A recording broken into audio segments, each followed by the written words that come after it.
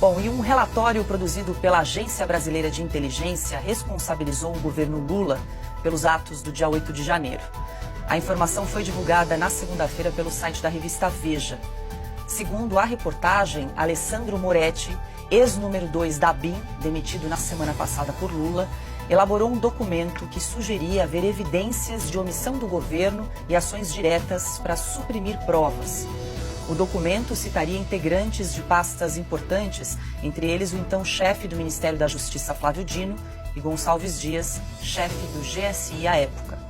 O deputado Coronel Meira, do PL de Pernambuco, pediu acesso ao material produzido por Alessandro Moretti. Por meio de um requerimento apresentado nesta segunda-feira, o parlamentar solicitou esclarecimentos sobre as medidas tomadas em relação aos integrantes do Poder Executivo apontados como responsáveis pelos ataques.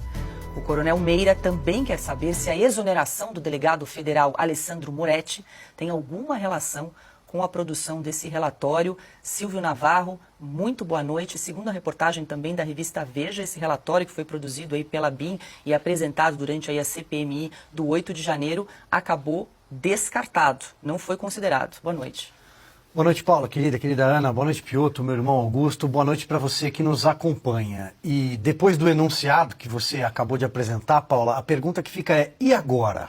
Será que todas essas informações serão analisadas num dos inquéritos que corre na Polícia Federal, no Supremo Tribunal Federal, em mais de um inquérito? Porque ninguém sabe ao certo quantos são, ninguém sabe ao certo quem é investigado, o que eles investigam, porque esses inquéritos eles se comunicam de uma forma sigilosa na Suprema Corte, na Polícia Federal, e ninguém fica sabendo.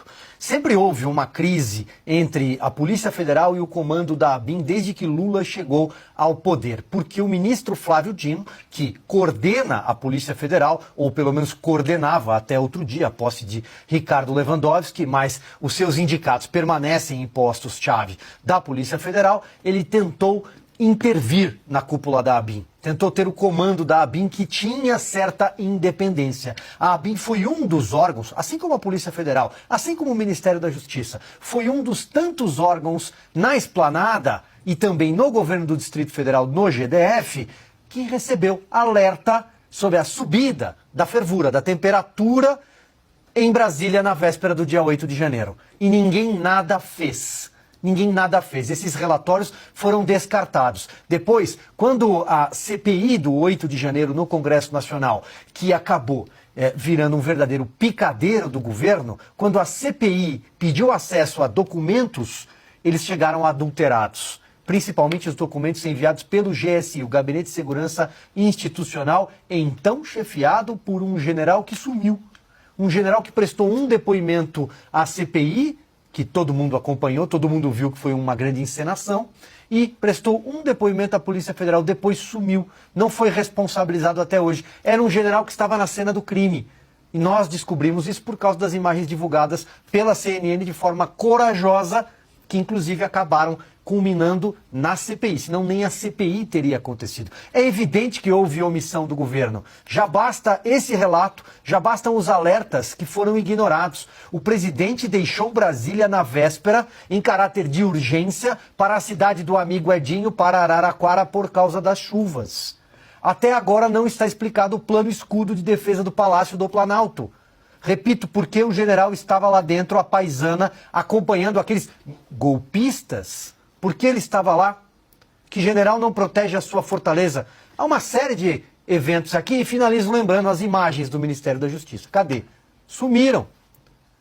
E a Força Nacional, que deveria ter agido e ficou ali protegendo o Ministério da Justiça como uma guarda pretoriana de Flávio Dino, que estava de camarote, segundo revelou o Fantástico. Se tudo isso não caracterizar a omissão do governo, eu não sei o que poderia caracterizar.